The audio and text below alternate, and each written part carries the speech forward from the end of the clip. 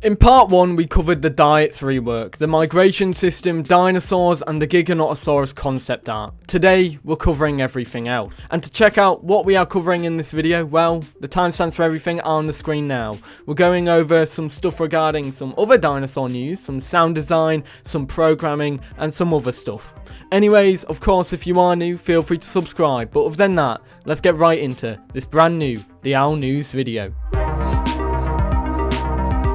Sound design is some good stuff when it comes to games, especially the Isle. It's acclaimed to have some of the best sound design out of a lot of dinosaur games, and to be fair, we have some nice progress from it for this month's devblog, which is coming from Wedge, of course, who's the game's sound designer. The majority of the tasks this week that were handed out for him and completed throughout September were mainly and entirely environmental sound design, which includes biome ambience. Some of the biomes that got their ambience and finalized include the plains biome, the beach, and the caves. Some of these just need some final adjustments according to Wedge, but are pretty much completed. Going on to say this, however, the beach environment poses a unique difference that will need to be solved first before being introduced to a map, as two of its one-shot sound sets are sounds that would only emit past the shoreline out from the ocean. Which is interesting. It does make me wonder if these are sounds that maybe could be heard when you're in the ocean, or maybe come from the ocean, kind of like big creature ambiences that could be used to scare people on the beach. I do wonder if that's the case. That'll be really cool if it is. We also get to hear about the sound design for a new biome, the redwoods. The focus is to create a sparse, spacious, yet diverse ambience. The intent is to recreate an illusion of stillness through the ambience by zooming in on smaller sounds like insects and foliage. However, the redwood sound design will include a lot of birds, animals, and dinosaurs. I'm very excited to hear all of the ambience, and especially for this redwood biome, because I'm intrigued to how it's going to act if it's not too top heavy with the sounds, but still spaced out and nice. I'm very intrigued and very excited for it. Now let's talk about the programming in the Owl. So we did actually talk about this a little bit in the last video. We spoke about the gore side of things. However, there's more that we can technically talk about. Firstly, the Dryosaurus is getting some love. So this is part of the dinosaur news. Its dodge ability is getting reworked. It's technically now faster than the sprint of the dinosaur. And the new ability will be able to provide a lot more speed and agility, allowing you to effectively dodge a lot of things from dinosaurs in the island. So yeah, you'll be a bit more viable in terms of life, and it will be a bit fun. DMIV has also prepared some legacy dinosaurs with the necessary code and files for the Evrima workflow. If you want to check out what the dinosaurs are, they were in the last video, but I'm going to tell them here anyways, so it saves you a click. It was Gallimimus, Diabloceratops, Ceratosaurus. I believe that was them that were mentioned. Anyways, they will need new animations and unique mechanics, however, but now the foundations are set in stone, so I'm pretty sure that refers a lot more to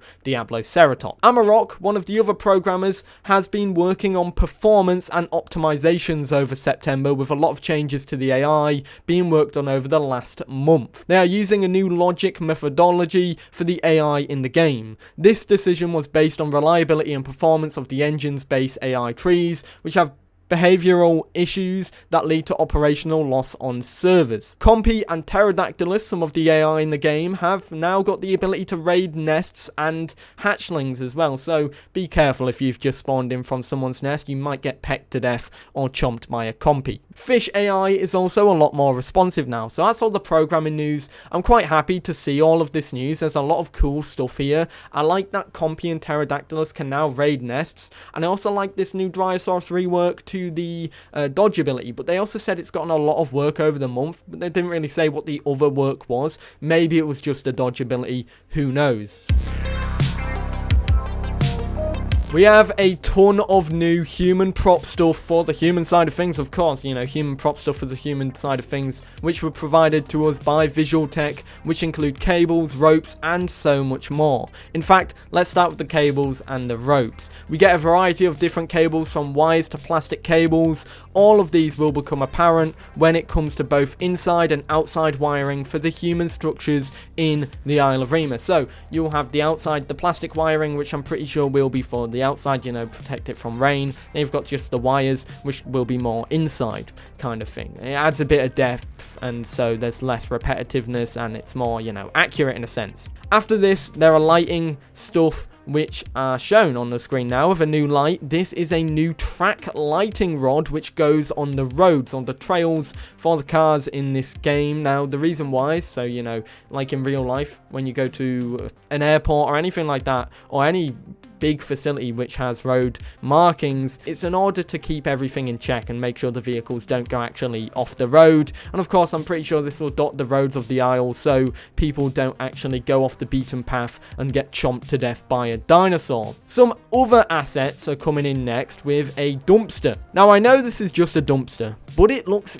really nice. I love the detail on it, all the gunk, the scratches, the paint blemishes, the weathering, and of course, it has wheels, which the devs also pointed out, and I wanted to point it out as well. I love the detail on this. Visual Tech, you've done an absolutely insane job, as you always do with stuff like this. It's bloody fantastic.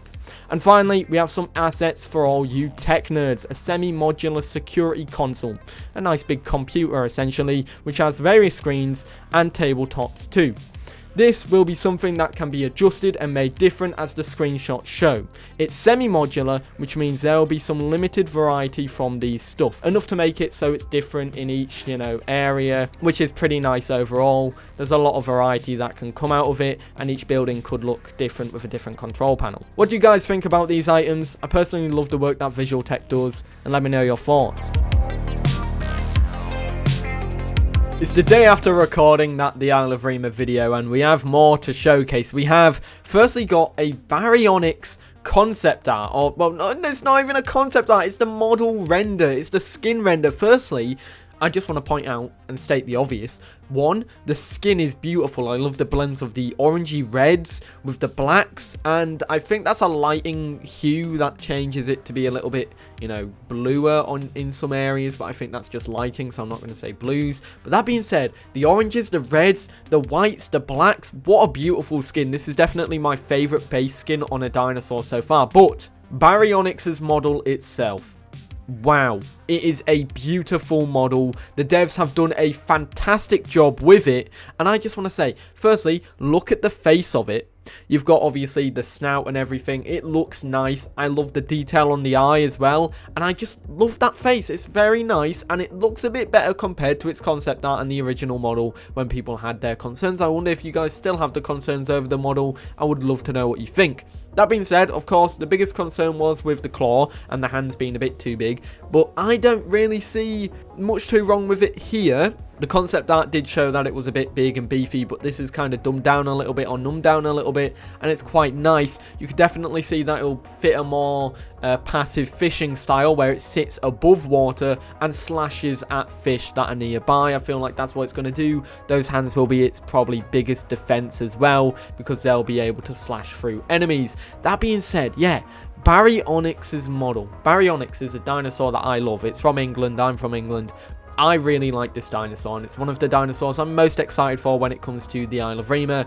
And I just want to say, they have done this model justice. This is by far one of my favorite models in the game so far, and I cannot wait to see it actually in the game, because I know they had spoke about Baryonyx in the past, and I don't know where Baryonyx now sits in terms of model progress or development progress, whether it's too big to be in or it's at a correct size. I'd love to know what you guys think. But we have something else to talk about, and that is Megalania's concept art.